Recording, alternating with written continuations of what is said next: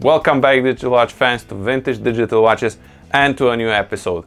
Before we start off, I'll do a wristwatch check, and I am wearing the Seiko A557. Now, I have fitted this watch with a new capacitor cell, the Panasonic MT920, and it's performing awesome. There's also a review on the channel about this watch. Go check it out. And yes, I am wearing a t-shirt. You probably saw this in my last Japan haul. Somebody pointed out that this is wrongly depicted because this is a Casio CA53 and it says data bank, and the Casio CA53 is only a calculator watch, and they are correct. But I like it anyway because this is something that was made for the Japan market, and it's not something bespoke. This is how they wanted to depict it, and I just like it. Okay, so enough chat. What are we going to do in today's video? Well, we are going to do a brand review, and we are going to review Ricoh. Ricoh is a very under the radar brand in watches in general, but even more so in digital watches. And if there's one thing that I like to do here on Vintage Digital Watches, is to bring awareness to brands that are overlooked. So without exaggerating, I can tell you that this is one super cool brand, and I know that you will be amazed by the watches. So what you will see is a bit of history, then we're going to look at the watches, and then we'll do some final thoughts about the brand. Okay, so let's start off this review. So the company was founded in 1936, but there are some traces in literature about the founder building clocks prior to that under a different brand name. Ricoh is known today for cameras and office equipment like printers and copiers. But they made wristwatches starting around 1960 with a strong assortment of mechanical models, sold domestically and abroad.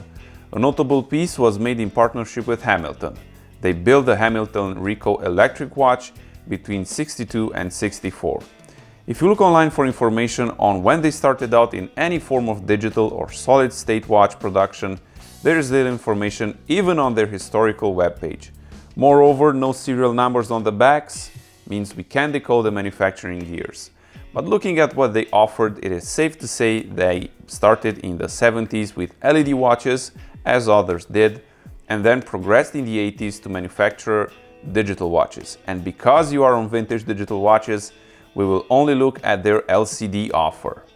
Do not expect to see a vast assortment as Seiko or Casio had, but do expect to see some oddballs. And what I mean by this is Ricoh had its share of regular, not impressive mainstream digitals, but also had some more rare versions.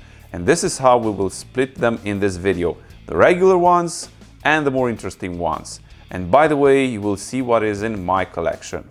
So here goes the regular ones. Starting off with this Anadigi, and it's exactly what you expect. Analog indicator with an LCD at the bottom. LCD is bigger than on others and has a useful mode where you can see the day of the week and month. Was cased in an assortment of Ricoh cases and also under different brands. The model you see here is all metallic, but it is the lightest metal watch in my collection, probably aluminum.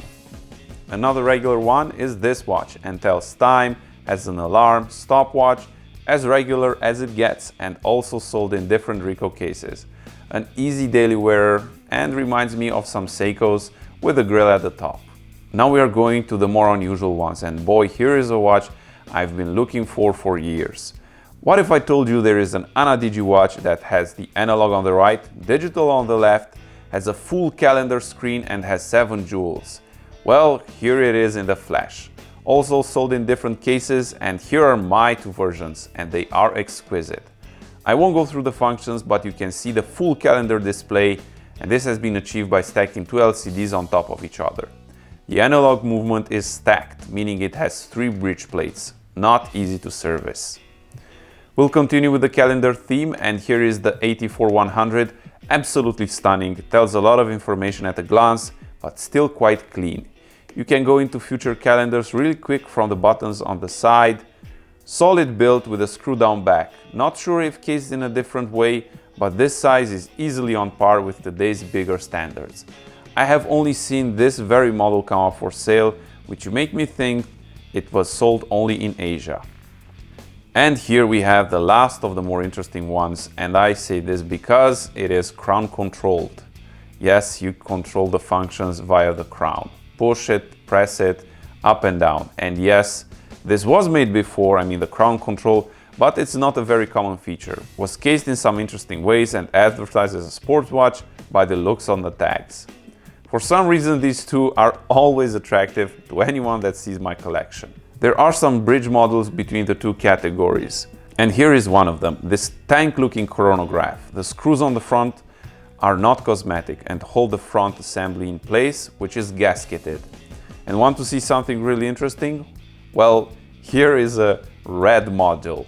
Another fits in this mid-category is this musical alarm chronograph. Would have been nice if they gave it a more sophisticated look, as it is a little plain this way. Still a nice looking watch and very good for covering this genre.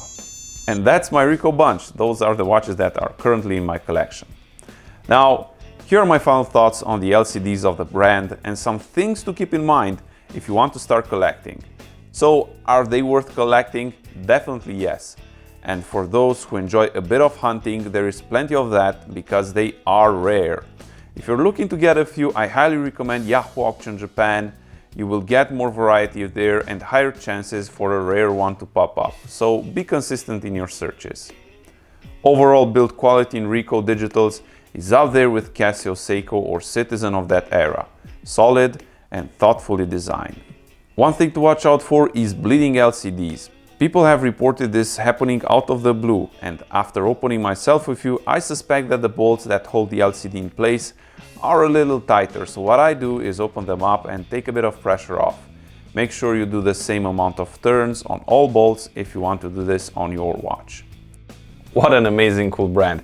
If there's one thing I regret is that they didn't do a calculator watch. Can you only imagine how that would have looked? And at this point, I'm actually holding back in searching for more Ricoh watches because I know it will be a money pit for my collection. If you enjoyed this video, give it a thumbs up and do hit the subscribe button below because I try to release as often as I can digital watch related videos, repairs, reviews like this one, collection roundups and whatnot. And thanks for watching. I'll see you on the next one. Bye.